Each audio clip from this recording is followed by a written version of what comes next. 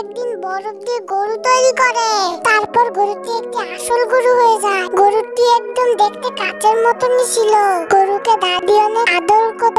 গরুটি প্রতিদিন হাজার হাজার লিটার দুধ দিত। দুধগুলো প্রতিদিন দাদি বাজারে নিয়ে যেত। সব মানুষ আসে এই দুধগুলো কিনতো, কারণ দুধগুলো অনেক সুস্বাদু ছিল।